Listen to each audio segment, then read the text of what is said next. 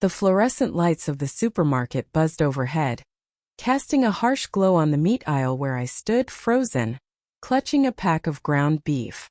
Karen, yes, that Karen from the HOA with her pinched face and perpetual scowl barreled toward me like a freight train. Her voice sliced through the hum of shoppers. You! It's a sin to eat that filth. Her finger jabbed at my cart, her eyes wild with righteous fury. I blinked stunned as she blocked my path, her cart a barricade. Shoppers paused, their cart squeaking to a halt, eyes darting between us. My heart pounded not from fear, but from the sheer audacity. This wasn't just about meat. This was personal. I'd crossed paths with Karen before. She ruled our neighborhood like a dictator, slapping fines on unapproved mailboxes and preaching her vegan gospel at every HOA meeting. Last month, she'd reported my backyard barbecue for excessive smoke. Now here she was escalating her crusade into public shaming.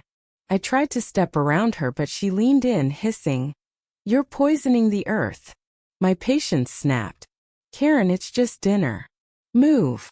Her face reddened and she screamed, "You're a sinner." Spit flew and a crowd formed, phones out, recording. I felt heat creep up my neck, not embarrassment but anger. This had to stop. Then came the twist. A soft voice cut through the chaos. "Mom, please." A teenage girl, maybe 16, stood behind Karen, her cheeks flushed with shame. She wore a faded hoodie, her eyes pleading. Karen's daughter, I'd never seen her before. She tugged at her mother's sleeve, whispering, "You're making it worse." Karen whirled on her, snapping, "Stay out of this, Emily." The girl flinched and my stomach twisted. This wasn't just about me anymore. Emily's presence shifted the air, her quiet courage exposing Karen's unraveling.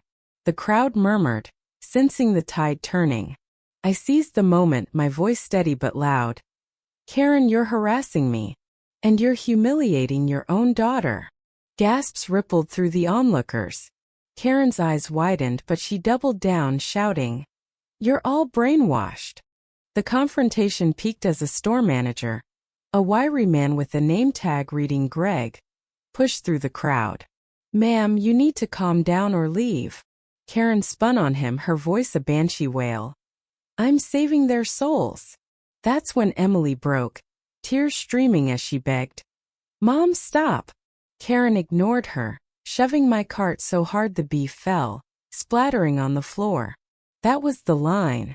Greg signaled to security, and within minutes, 2 police officers arrived, their radios crackling.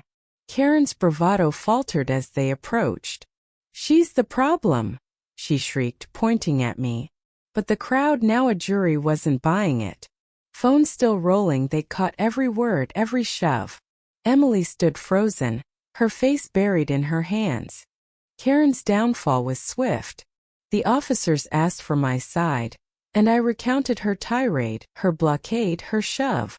Witnesses backed me up, their videos damning. Karen's voice grew shrill, insisting she was protecting morality. But Emily's quiet sobs told a different story. One officer, a woman with a no-nonsense stare, read Karen her rights as she cuffed her for harassment and disturbing the peace. Karen's face crumpled, not with remorse but with disbelief.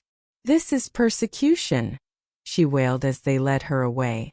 Emily stayed behind, apologizing through tears. "She wasn't always like this," she whispered. I hugged her, promising to help however I could. The crowd dispersed, some shaking their heads, others clapping softly for justice served. As I checked out, the weight of the encounter lingered, but so did a spark of hope. Emily's bravery, the crowd's support, the officer's swift action, it reminded me that standing up to bullies, even ones as loud as Karen, matters. We don't have to stay silent. Back home, I grilled that beef, savoring every bite, not out of spite, but as a quiet reclaiming of my peace. Karen's arrest wasn't just a win, it was a lesson. Tyrants fall when we hold our ground. I thought of Emily, hoping she'd find her own strength after this. Maybe she already had. What do you think? Was I right to stand up to Karen or should I have walked away? Share your thoughts.